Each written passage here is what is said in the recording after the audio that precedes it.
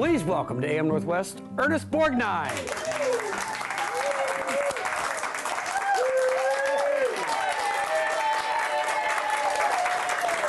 Thank you, sir. Nice to have you here. Have a seat. Thank you. Oh, very nice. Good to see you. All Oregonians, right? All right. You can count yourself as an Oregonian, can't you? You better believe it. Yeah, you had property. I had property down on Rogue River City. Yeah? And right on the Rogue River. And I had a place where I put a great big cement slab up there so I could run my 40-foot bus motorhome up there. And I used to just sit there and, my goodness, watch all the salmon go over there. Beautiful, just beautiful. You shot a movie in Oregon as well, didn't you? We shot one in Cottage Grove, Oregon, called Emperor of the North. Yeah. Well, now, last night I watched Marty again last night, and I'm obviously thinking about your career and you here today. I can't believe that you've had a career that has spanned more than 6 decades. That is remarkable. How have you managed to keep that going like that? Well, I tell you, once you serve 10 years in the Navy, you're ready for anything.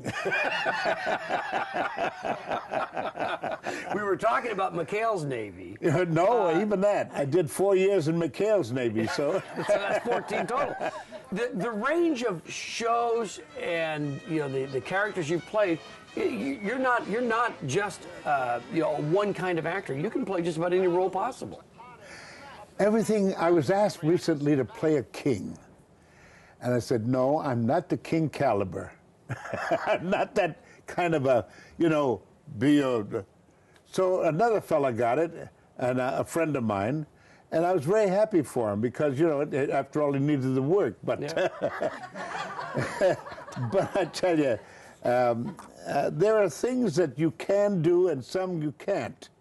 For instance, at one time, I looked at a horse very appraisingly, and said, can I ride that thing? And I said, you better learn how fast because you're working, kid.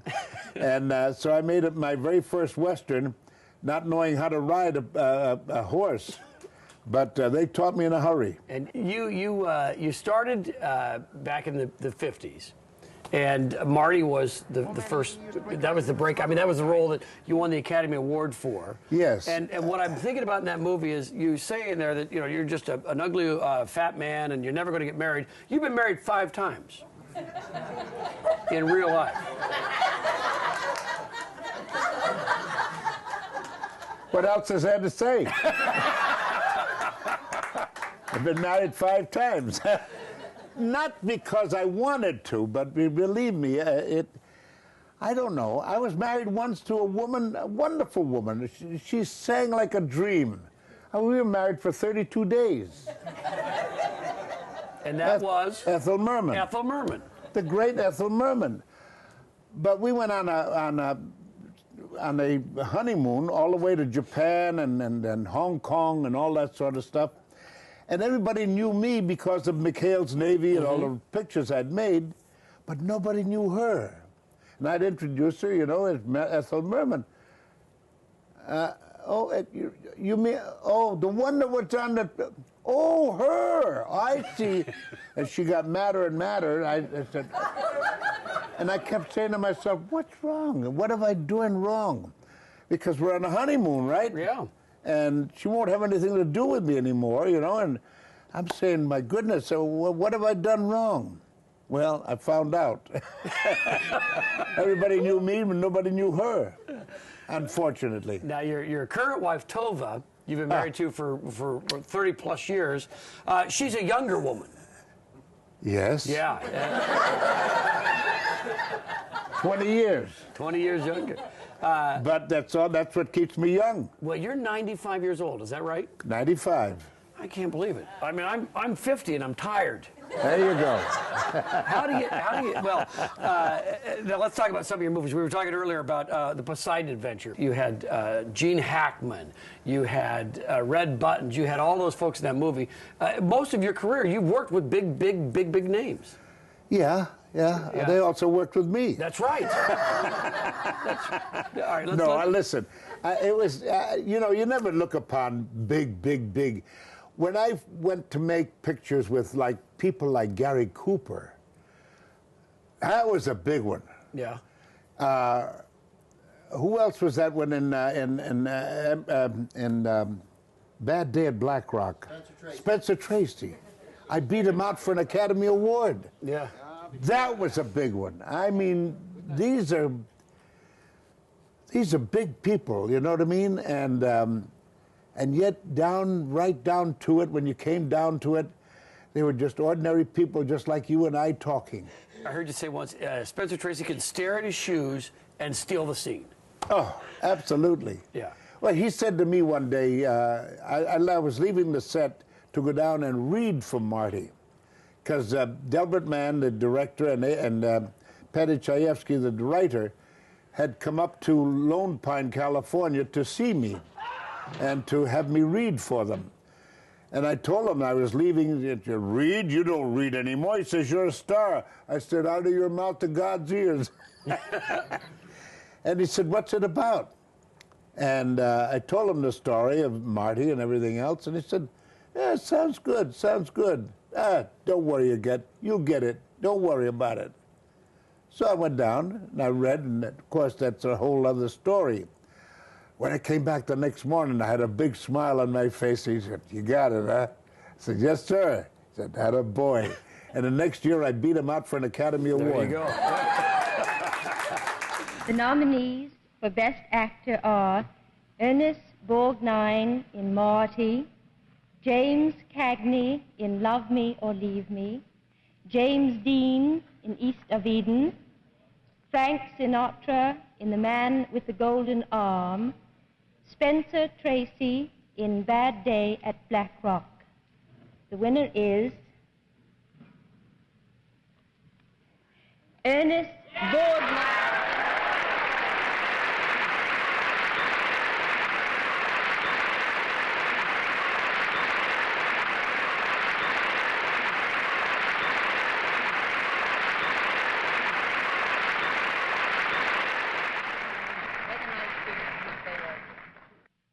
I just want to thank my mother for giving me the idea of going in and doing this, getting into this wonderful profession. My pop for being steadfast. Thank you, one and all. And we're back with Ernest Borgnine. When you see that clip of accepting the Oscar for Marty, what goes through your head? It's the first time I've seen it. No. First time I've ever seen it. So what do you It's a think? fact. Yeah. Just before she called out the names and all that, I was out and looking at the audience, you know, and there's Jimmy Cagney across the way and Burt Lancaster and a whole bunch of fellas, you know. I was like, golly, look at that. I wish to goodness I could be like them, you know what I mean? And suddenly my wife was saying, they called your name. They called your name. And I said, what? So I got up and I kissed her and I went down and did what I did.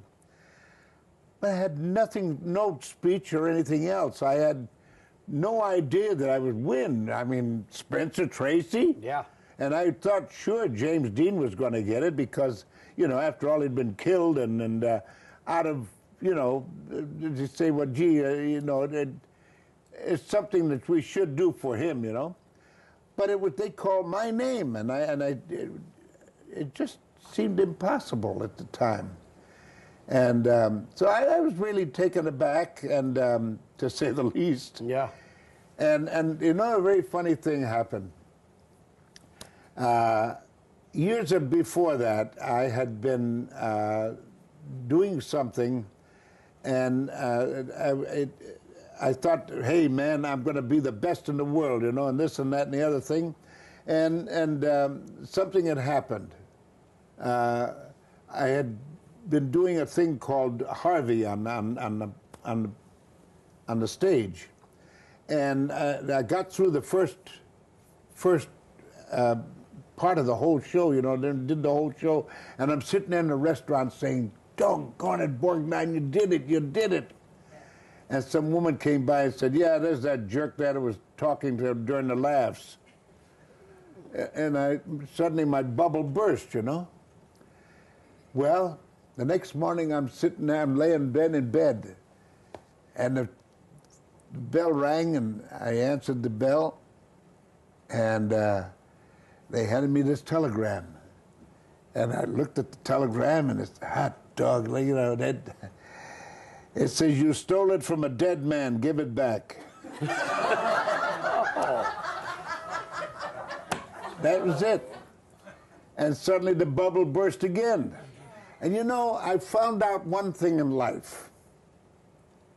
You may think you're the best. You may know that you're the best. But there's always somebody out there that says, what, him? Ah, forget it. Well, now, okay, to that clip very quickly here, because you made a bet. Jerry Lewis was hosting the Oscars that year. You made a bet with him, and I don't know if people saw it when you walked up, but you paid off that bet. Jerry Lewis is holding here. What does he hold in his hand? That's a sock of coins, right? Yeah, it was a red sock, my child's red sock, and I had 198 pennies in it. You bet him $1.98. $1.98. That you wouldn't win. Your career has spanned, you know, classic films. You've worked with everybody, and you know, classic films, and now into pop culture. And today, you're still working. You were recently in Red with Bruce Willis. A fun movie. What was that like for you? Oh, it was wonderful. I tell you, Bruce is a kind of a fella. When I first saw him on television in that show that he did with that woman, I've forgotten her name, but I said, man, there's a comer. He's really going someplace, you know.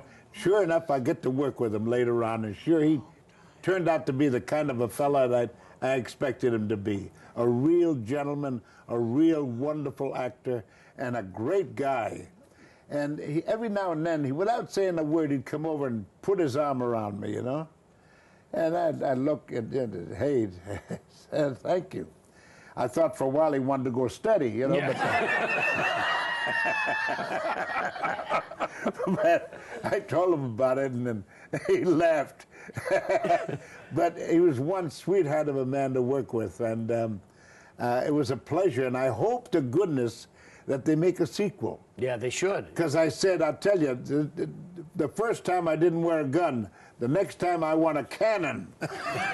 Now, you, not just films, but you lend your voice to so much work. But my older brother would like... Sorry, but I'm afraid Ernest Borgnine has already been confirmed. Hiya. I'm sure you kids know me best as Sergeant Fatso Judson in From Here to Eternity. Yay! A real Swiss Army knife. Cool. I stole it from that Borgnine guy. Don't worry, kids. I'll take care of him with my trusty... But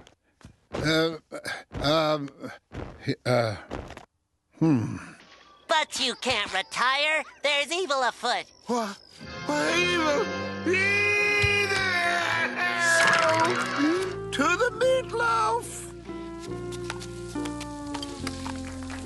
To the broccoli! And I understand that you know, your career goes back 60-plus years, but kids today, little kids, they're big fans of yours because of SpongeBob and The Simpsons. I go to these autograph things, you know what I mean, to sign autographs and stuff.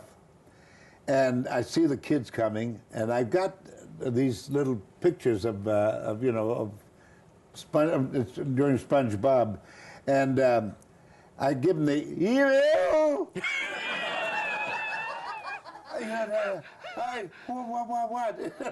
They start laughing, you know, and it's wonderful. And really, it's just marvelous. And in that show, you work with Tim Conway, also, and you're obviously from McHale's Navy. Right. I understand you guys are still good friends. Absolutely, absolutely. Yeah. He's a dear friend, and I love him. He's a gentleman, you know, and he's the shyest man that I've ever seen in my life. But I want to tell you, he's got a heart of gold, and that's the kind of friend to have, don't you think? I think so. Marty. No. I'm going to stay home tonight and watch the hit parade. Are you gonna die without a son? So I'll die without a son. Oh, Marty, put on the blue suit, huh? Blue suit, gray suit. I'm just a fat little man, a fat, ugly man. You not ugly. I'm ugly, I'm ugly, I'm ugly. Marty. Ma, leave me alone. Ma, what do you want from me? What do you want from me? I'm miserable enough as it is. All right, so I'll go to the Stardust Ballroom. I'll put on a blue suit and I'll go. And you know what I'm going to get for my trouble? Heartache. A big night of heartache. We're back with screen legend Ernest Borgnine. Ernie, I want to talk to you about Marty because one, I understand when your name came up for that role of Marty, somebody said, we can't have him. He's a killer. He can't play this part. Ben, my original director from Marty came down to to see me and everything. Not to see me, but to get some pointers from Bob Aldrich as to how to shoot outdoors and everything else, because he had done nothing but work inside studios, you know. So Delbert Mann came down and he had this script under his arm. And Bob says, "Do you mind very much if I take a look at the script?" He said, "No, not at all." A couple of weeks later at a party, they asked him, they said, "You read the script. Who do you think could play that part?" He says, "You know," he said, "I know of only one person." He said, "Ernest Borgnine." Ernest Borgnine? Are you kidding? This guy's a killer. He does nothing but kill people, you know what I mean? Well, that's it. Give him a gun and then no, he said, "This guy's an actor. He can do it." Well, listen, okay, so they said, "All right, we'll give him a chance." And little did they know, little did they say, that they actually wanted to make the picture as a tax loss. They didn't want to They release didn't want to finish the picture at all. And the taxman said to them, "Sorry," he said, after we finished the shooting in New York, we came back and there were no sets or anything else because they cut it out." And they said, no, you have to finish the picture, show it one time, then you can take your tax loss. We shot the whole picture in 14 days, believe it or not. And what's interesting about movies like that, how many Academy Award nominations for that one? At least. Oh, we had about 5 or 6, I guess. Yeah, and as I watched the movie again last night, it's like a good book. It's great to follow. You're pulled in. You don't want it to end. Yeah. And it tells a great story. Let's take a look at From Here to Eternity. This was another great role for you. Who's the broad? It's my sister. That's a word.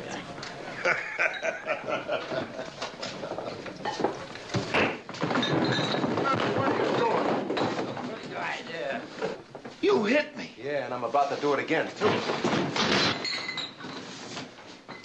Boy, you dirty...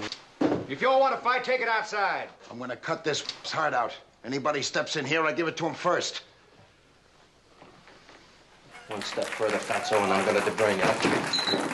Now, did I understand it right? May I interrupt for a Yes. moment? We were up in the Bronx on the very first night of, the second night of Marty. And we're shooting Marty up in the Bronx. And I'm walking back and forth. I have my costume on and everything else. I'm walking back and forth, going over lines.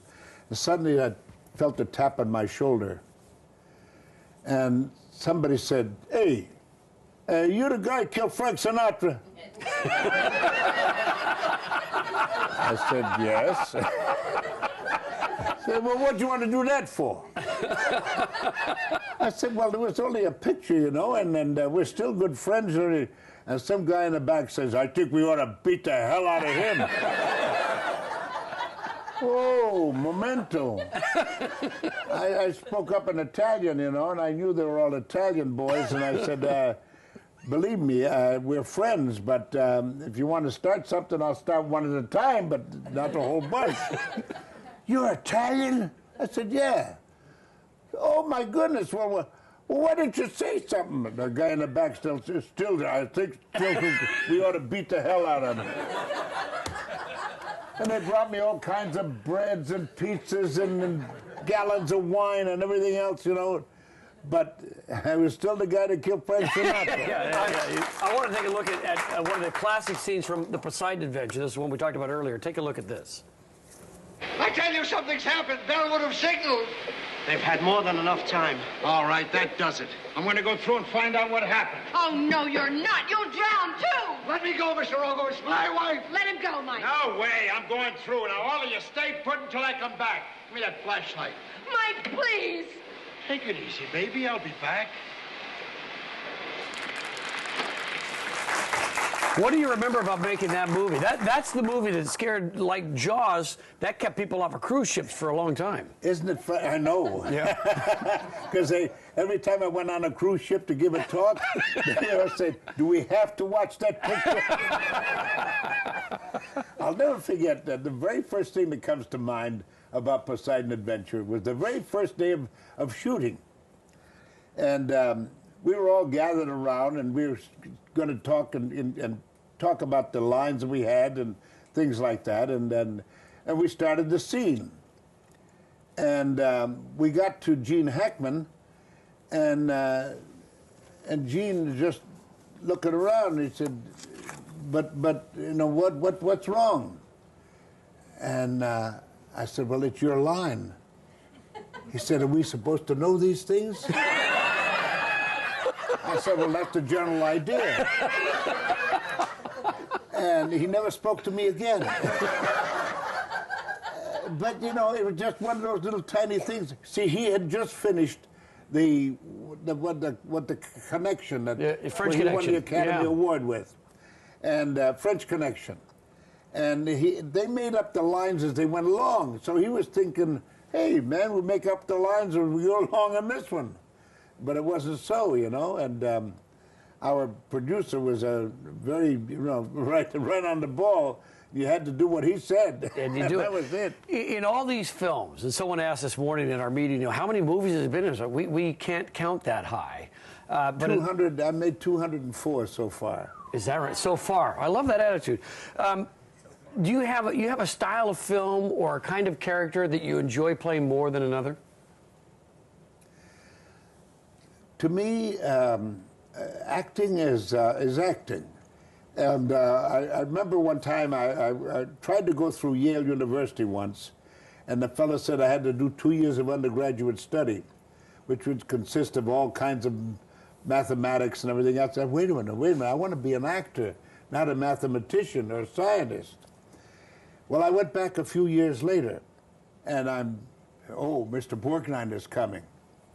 And the very first thing the young actors said there, going to dramatic school, he said, what method do you use? You know, there's no such thing as a method. Take my word for it.